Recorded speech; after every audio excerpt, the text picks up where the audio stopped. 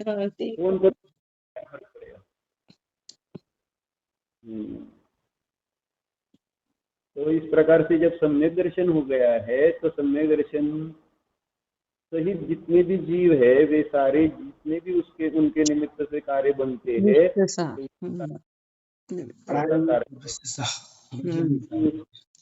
बुद्धि नहीं होती।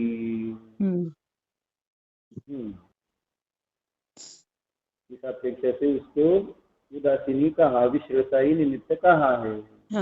और ऐसा नहीं कह सकते क्षण सम्यक्त्व है तो छूटने पर प्रेरक निमित्त भी बन सकते हैं हम। हाँ भी यानी वर्तमान में ऐसी दशा है कि श्रद्धान कभी भी छूट सकता है, इसलिए उस श्रद्धान करने के लिए तो हम तत्व की मीमांसा कर रहे हैं।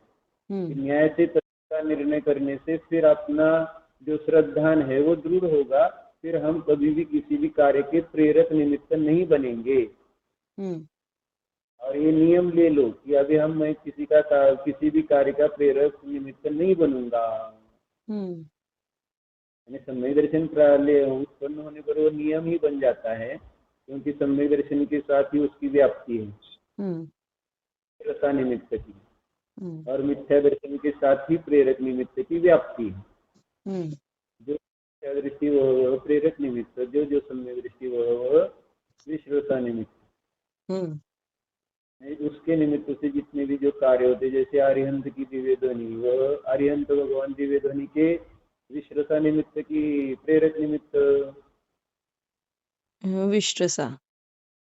अभी कुछ शंका ही नहीं ना, अभी व्याप्ति बता दी ना, एक बार व्याप्ति बता दी तो विषय नहीं। सर्वदेश और सर्वकाल में अरिहंत भगवान तो परम अवगाढ़ सम्यक दृष्टि है।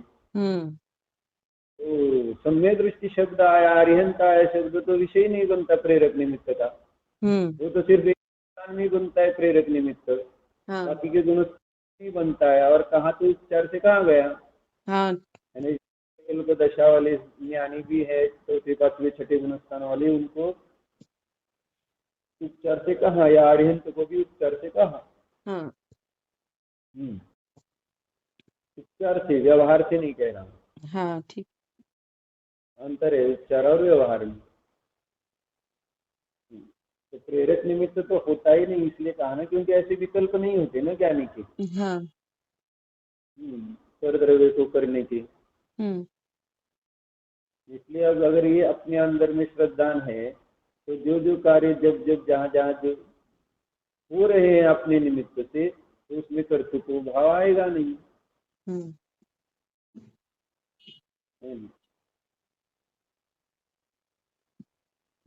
तो चटनी कौन किसने बनाई थी अनुराग जी?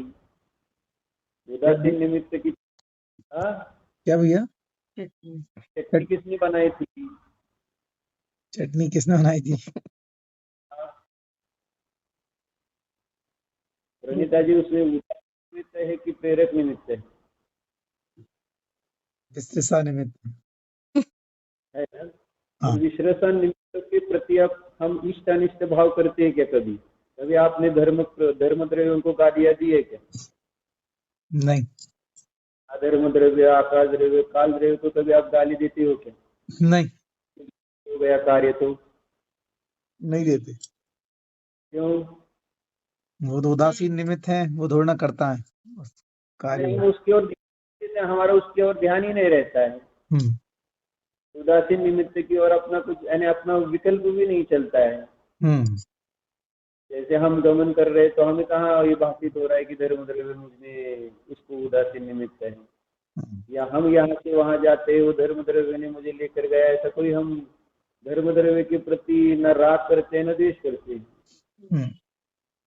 तो अगर हम ऐसे ही सब जीवों को कार्य होते हुए राग द्वेष यानी ऐसे ही देखेंगे उदासीन निमित्त के जैसे ही, तो अपने को उनके प्रति भी राग द्वेष नहीं बनेंगे।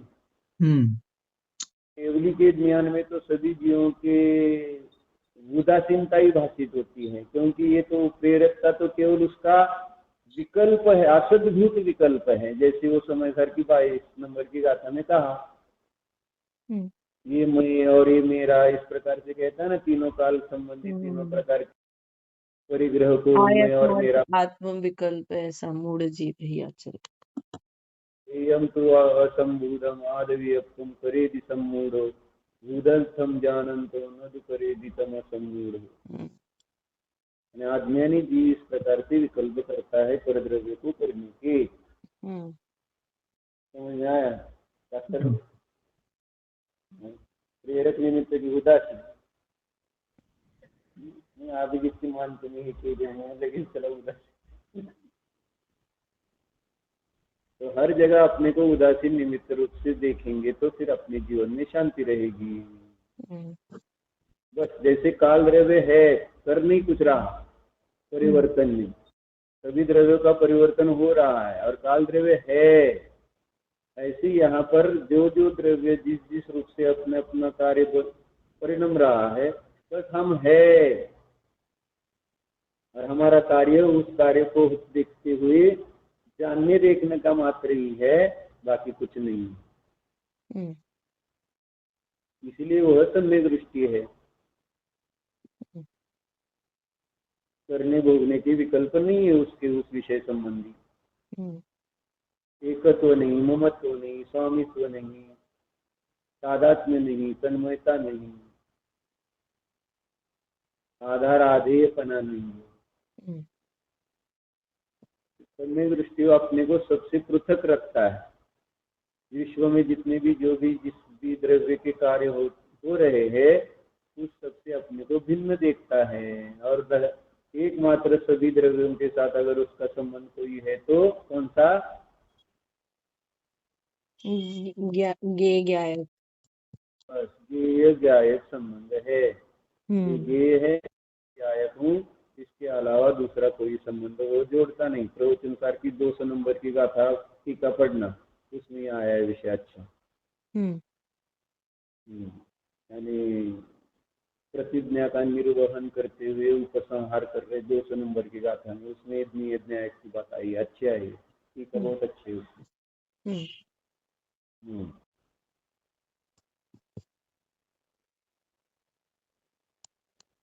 तो चर्चा क्या थी अपनी यहाँ कि जो जो क्रियावान होता है वो सब प्रेरक है ही हो, ऐसा नहीं है। ऐसा ना प्रश्न था कि चक्षु को क्रियावान क्यों कह रहे हैं?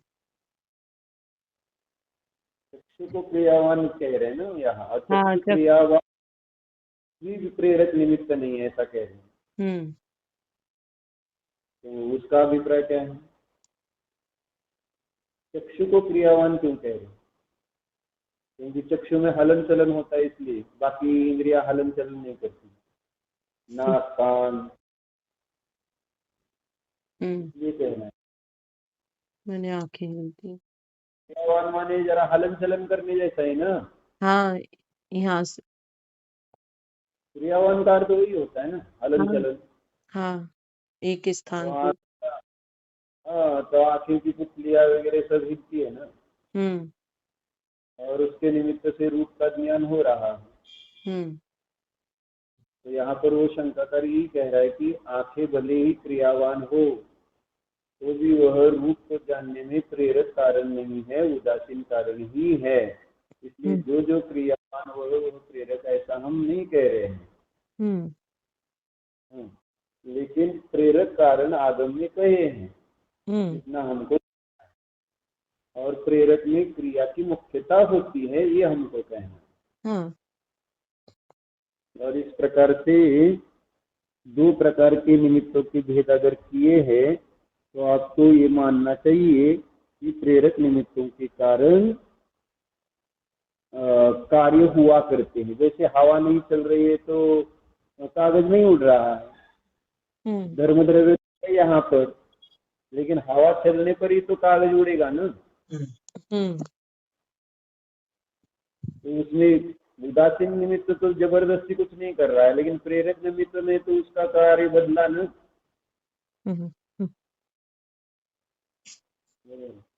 डॉक्टर ने दवा दी इसलिए तो पेशेंट ठीक होता है ना। कुछ दवा लेते हुए भी मरते हुए देखे जाते हैं।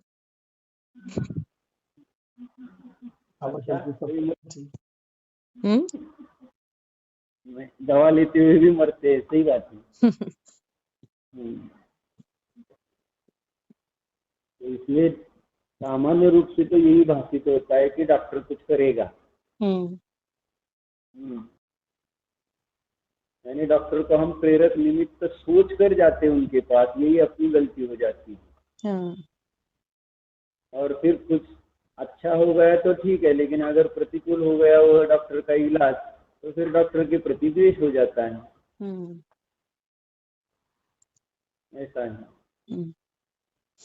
तो कोई प्रेरक निमित्त समझना ही नहीं है, हमें तो सबको रूप से ही देखना है। सब कार्य अपनी अपनी योग्यता से होते हैं, एक काल प्रत्याशक्ति होती है, बस इतना ही उसका बाह्य निमित्तों का कार्य के साथ संबंध समझना पड़ेगा।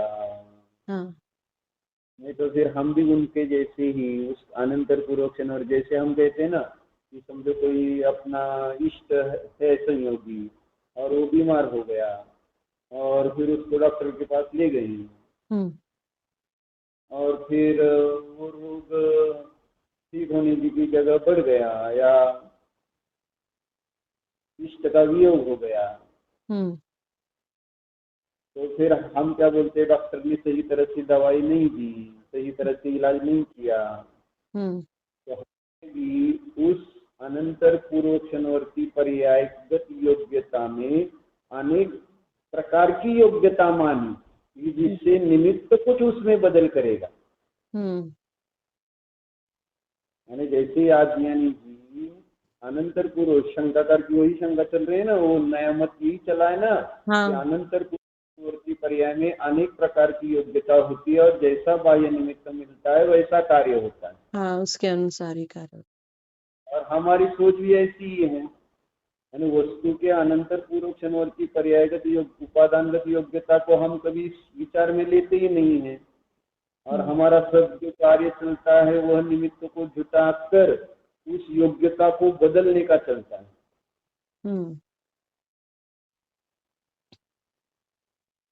यानी हम अगर इस प्रकार के निमित्त जुटाएंगे तो फिर वह कार्य उस प्रकार से होगा या नहीं होगा। कार्य होने के लिए और नहीं होने के लिए तो दिन भर में विकल्प किस लिए, विकल्प क्या है?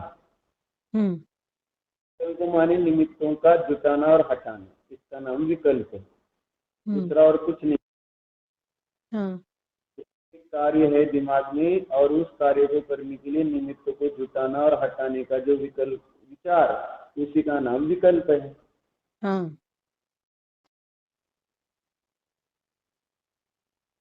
तो निमित्त जुटाना हटाने से और हटाने से कार्य बदलते हैं, ऐसा यहाँ विचार करना है क्या? ऐसी श्रद्धा रखनी है क्या? निमित्त को जुटाने हटाने से नहीं, उपादानगत योग्यता से कार्य। तो फिर निमित्त जुटाना कि नहीं जुटाना और हटाना कि नहीं हटाना? कहा ऐसे ही जाएगा, जैसे बुद्धिपूर्वक सदनिमित्तों के सानिध्य में रहो। तो यहाँ पर दूसरी बात है ना कि निमित्तों को जुटाना हटाना नहीं, निमित्तों का साथ अविनाभाव संबंध भी है ना। होते। ऐसा न हो तो भी जो कार्य जिस प्रकार से होना है वहां पर उस काल में का उस कार्य के साथ अविनाभाव है,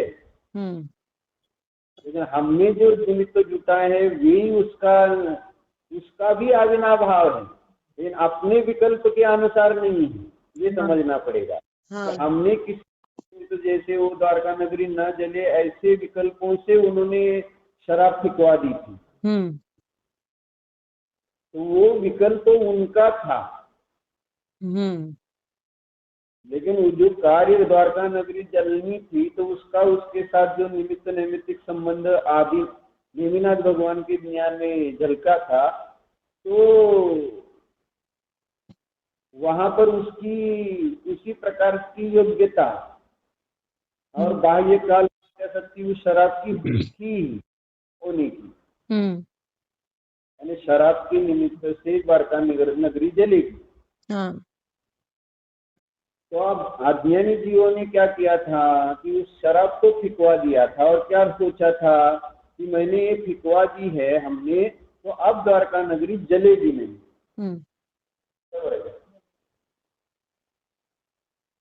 बरोबर है म्हणायचं। तो ये उनमें विकल्प था, लेकिन उन्होंने निमित्त जुटाए थे कि हटाए थे? जुटाए थे। हाँ, निमित्त जुटाए थे द्वारका नगरी जलने के। सामान्य रूप से ऐसा ही भाषित हो रहा है कि उन्होंने निमित्त हटाए थे।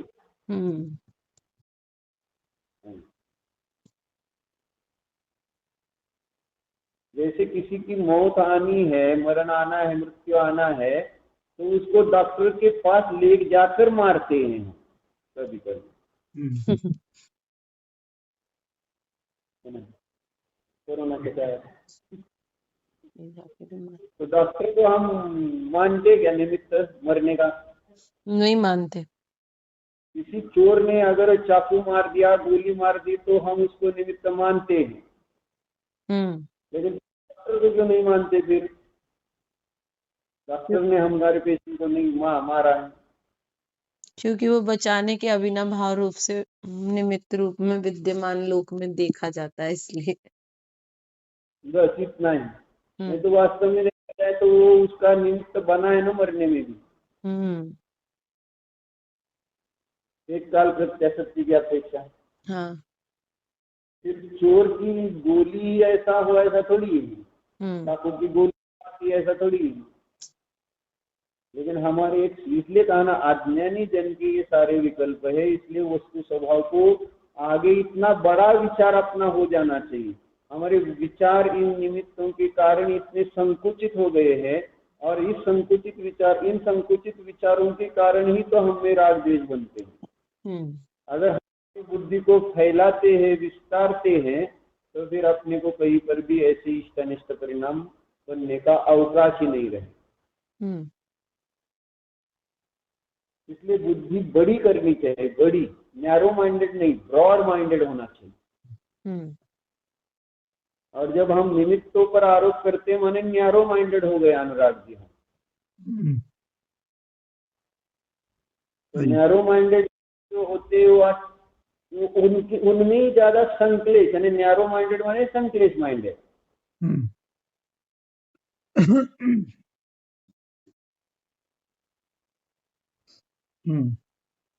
नैरो माइंड करो, लेकिन अपने आत्मा को ध्यान जानने के लिए करो। यानी एकाग्रता, नैरो माइंड का अर्थ वहां एकाग्रता करनी है तो अपनी आत्मा के लिए करो।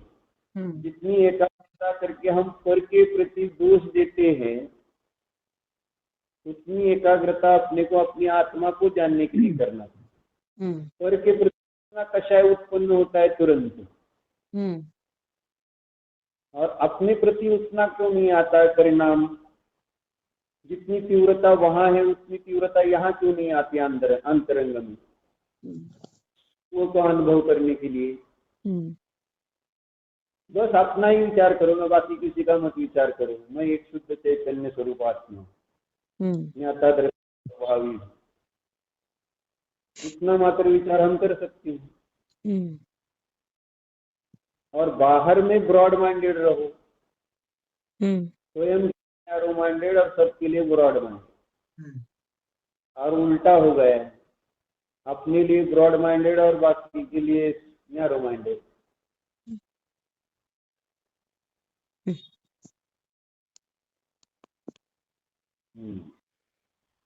इसलिए यहाँ जो शंकरकर का कहना है कि बाह्य जो कार्य हो रहे हैं उसमें अनेक प्रकार की उपादान में योग्यता होती हुई प्रेरक निमित्तों के निमित्त से वो कार्य बदलता है। यानी जैसे प्रेरक निमित्त मिलते हैं वैसा कार्य होता है। ये भी ये ध्यान रखना पड़ेगा कि ऐसे उपादान में योग्यता नहीं होती है। अनेक प्रकार की उपादान में जो योग्यता है वह उत्तर क्षणवर्ती जो कार्य होने वाला है उस रूप ही मात्र वहां उपादान में योग्यता है, अन्य प्रकार की उपादानगत योग्यता नहीं होती है। और इस उपादानगत योग्यता को स्वीकार करने पर निमित्तों पर आरोप करना बंद हो जाता है। ये तो उसे समझना पड़ेगा। हम्म लेकिन अज्ञानी जीव जो है वो विकल्पों को देखकर ऐसा समझता है कि वो विकल्पों के कारण उन निमित्तों को प्रेरक आदि देखता हुआ वह उपादान को बदलता है या अपने अनुसार कार्य कराता है, ऐसा उसको भाषित होता है। लेकिन वो उसके केवल अपने में होने वाले विकल्प है, कार्य तो सब अपनी योग्यता से ही होता रहता है।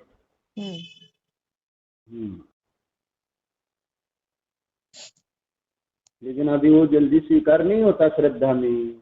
अनादि के संस्कार के कारण बार बार अपनी नजर बाह्य प्रेरक निमित्तों पर ही, यानी हम प्रायः प्रतिकूल कार्य होता है या अनुकूल कार्य होता है तो उसमें बाह्य ही कारणों को प्रेरक निमित्त जैसा ही मानकर उसके प्रति ही स्तुति या निंदा के परिणाम बनते हैं। ऐसा है। यानी जब आचार्य को कहना है कि सब उदासीन है, बस एक काल प्रत्याशक्ति होती है, वो उस उपादान में कुछ करते नहीं है और उपादेय कुछ करते नहीं। ये वस्तु स्वभाव को ध्यान में रखकर फिर सारे इलाज करो, सारे काम करो। यानी रोटी तो बनाने ही वाले अभी आप, कि नहीं बनाएंगे आज? बनाएंगे बनाएंगे बंद करने उपादानगत योग्यता उस आटे की रोटी बनने वाली है और आप वहां पर उदासीन रूप से जैसे धर्माधिक द्रव्य रहेंगे वैसे आप रहेंगे। ऐसे भाव से रोटी बनेगी तो आप इतना शांति महसूस करेंगे कि तो जैसे कुछ हुआ ही नहीं, यानी मैंने कुछ किया ही नहीं है, जब मैंने केवल जाना और सब बन गया। ऐसे कैसे बनेगा? ऐसे कैसे? बहुत लोग आएंगे तो आपको ही काम करना पड़ता है ना सब। यानी थोड़ा सा अभ्यास करना पड़ता है इस विषय को, चिंतन में इतना ज्यादा गहराई से लेना पड़ेगा, तब जाकर सब कार्य होते उसमें यानी इजीनेस आ जाए, यानी सहजता आ जाएगी कि ठीक है इसमें कुछ नहीं है। यानी दम लगेगा नहीं किसी भी बाह्य कार्य होते हुए, अच्छा या बुरा भी। यानी बुरा हो तो भी ऐसा लगेगा कुछ नहीं हुआ, इतना भी अनुराग गुस्सा आ जाए ठीक है, यानी हो गया उनका, उसमें हो गया है, हमको कुछ फर्क नहीं पड़ने वाला। या कैसे भी उन्होंने यानी हो गई हो जो भी अव्यवस्था, तो आप भी उदासीन रह सकते हैं ना अनुराग? हाँ भैया। कुछ नहीं हुआ है, जैसे कुछ नहीं, क्या हुआ, क्या होता क्या है, परिणाम। इसलिए परेशान मत हो। देखना क्या कर रही है, कैसी कर रही है, क्या करेगी, कितने विकल्प और संकल्प। प्रेरक निमित्त की उदासीन निमित्त है आप? उदासीन निमित्त कार्य होने वाला है, जैसा कार्य होने वाला है, प्रेरक की उदासीन निमित्त बड़ा दिन चाहिए कि मैं उदासीन हूँ। इसलिए कहावत आती है ना, नेकी कर और दरिया में डाल। माने इसका अभिप्राय क्या है कि कुछ मत समझो अपने को, अच्छा काम करके यानी अपना अपना अच्छा काम मैंने जानो, देखो ये अच्छा काम है, और दरिया में डालने जो किसी को उसके निमित्त से अच्छा लगा, कुछ हुआ, उसको भूल जाओ। दरिया में डालो माने भूल जाओ। भूल जाना मैंने किसी को कुछ अच्छा किया है, कुछ हुआ है। यानी अच्छे कामों को तो भूल ही जाना चाहिए, पर के प्रति किए गए उपकार को भूल जाना चाहिए। जैसे हनुमान ने राम से कहा कि भूल जाओ मैंने आपके प्रति जो उपकार किए हैं, यही मेरे ऊपर उपकार होगा। कहा था, ऐसा कहा था ना हनुमान ने राम से, पता है ना आपको? नहीं। वो राम ने पूछा था ना उसको, मैं तुम्हारे उस उपकार का, यानी जो जब सीता को लाने में मदद की थी उसने, हाँ। तो हनुमान से कहा था राम ने, मैं तुम्हारे यह उपकार कैसे करूं? तो हनुमान ने जब दिया था कि तुम ये उपकार भूल जाओ, यही मेरे लिए अच्छा है, क्योंकि आप मुझे मेरे ऊपर उपकार करने की भावना रखोगे तो पहले मुझे संकट में आना पड़ेगा, तब जाकर मेरे ऊपर उपकार होगा। इसलिए मैं संकट में पढ़कर फिर उपकार कराना नहीं चाहता। ऐसा पहले अपने को संकट में डालना पड़ेगा ना, दूसरे भी अपने प्रति उपकार करने के लिए। हमने किसी पर उपकार किया और वो हम कैसे इसका क्या करें? परत फेड म्हणजे हिंदुस्तान परत फेड करा, यानी क्या बोलते हैं, वापिस मैं आपके इस उपकार का कैसे बदला चुकाऊं, बदला कैसे चुकाएं? तो आप भूल जाओ इस उपकार को, यही बदला चुकाना होगा। ये भाव ज्ञानी के हैं, क्योंकि अब मैं संकट नहीं चाहता है।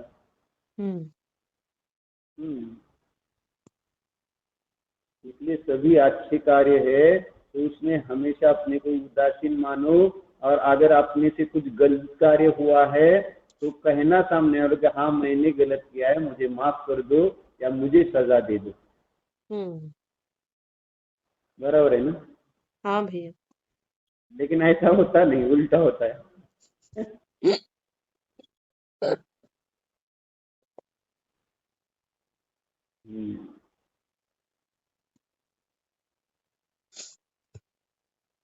चलो, तो इस प्रकार से उनका कहना है संघवारी वासियों का कि प्रेरक निमित्त अगर ऐसा आगम्य और उदासीन निमित्त, दो प्रकार के निमित्तों की चर्चा आती है, तो फिर अनंतर पूर्वक्षणवर्ती पर्याय में उपादान में अनेक प्रकार की योग्यता होने से ही इस प्रकार के निमित्तों के दो भेद माने गए हैं।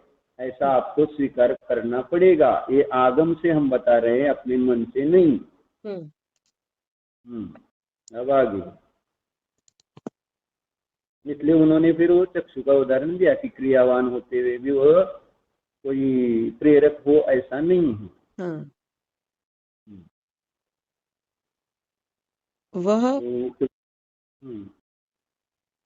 उसी प्रकार से रूप उपलब्ध व्यवहार हेतु है, जैसे गति करते हुए जीवों और पुद्गलों की गति क्रिया में धर्म द्रव्य या ठहरते हुए जीवों और पुद्गलों के स्थित होने में अधर्म द्रव्य व्यवहार हेतु है।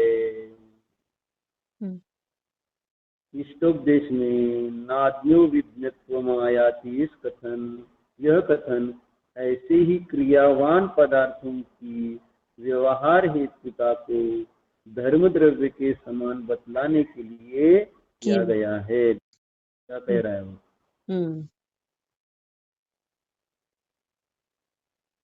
माने वहां पे भी क्रियावान है, लेकिन वहां पे माने अज्ञ को विज्ञ नहीं बना सकते और विज्ञ को अज्ञ। तो वही माने वो गुरु के लिए ही तो वो हैं क्रियावान, लेकिन फिर भी उनको प्रेरक नहीं कह रहे। बराबर। और इस अपेक्षा वहां पर यह कथन आया है, ऐसा कह रहा है। हमने तो ये कथन किया था कि उदासीन ही होते सब, और उसने उसी को आधार लेकर प्रेरक निमित्त की सिद्धि की। प्रेरक निमित्त भिन्न है और उदासीन निमित्त भिन्न होते हैं। हाँ, यही कह रहे हैं ना? हाँ भैया।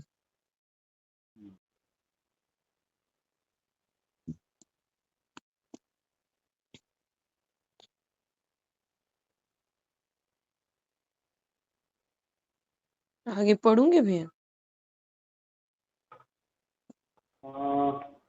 4:30। हाँ ठीक है, बात नहीं करते। हाँ। ओम जनी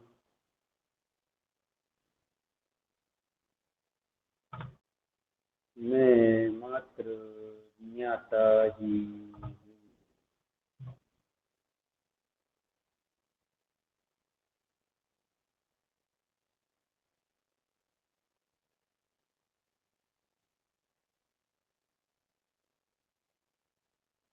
बस जान ही रहा हूँ।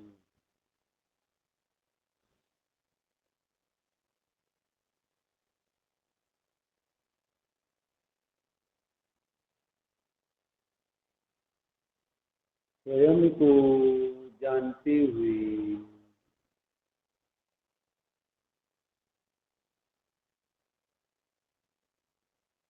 जैसे हम मात्र ज्ञाता है, ऐसे ही विश्व के सभी कार्य होते हुए हम सभी विश्व के कार्यों के भी मात्र ज्ञाता ही है।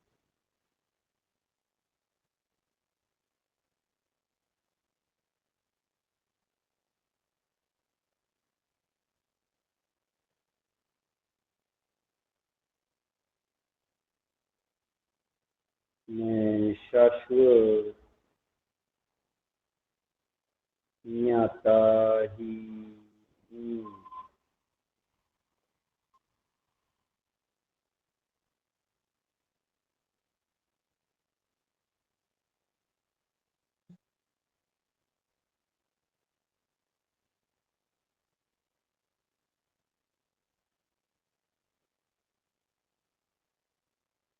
मैं ज्ञातात्मा निष्क्रिय हूँ।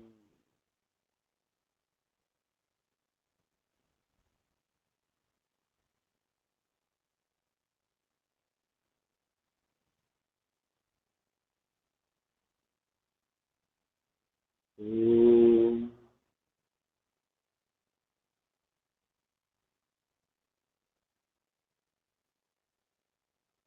विसर्जन। नमो अरहन्तारं नमोस्तुभ्यां